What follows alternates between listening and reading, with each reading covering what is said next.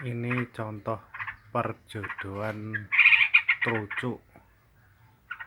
Cara menjodohkan trucuk. Pertama-tama kita kenalkan trucuk jantan dan betina dalam satu kandang.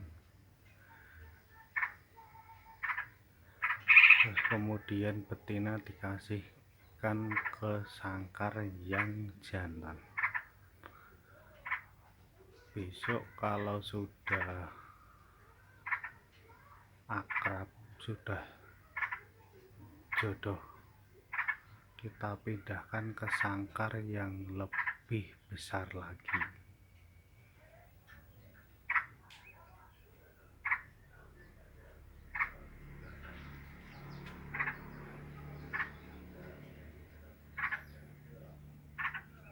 Itu yang jantan yang bunyi terus, yang sayapnya digerak-gerakin terus.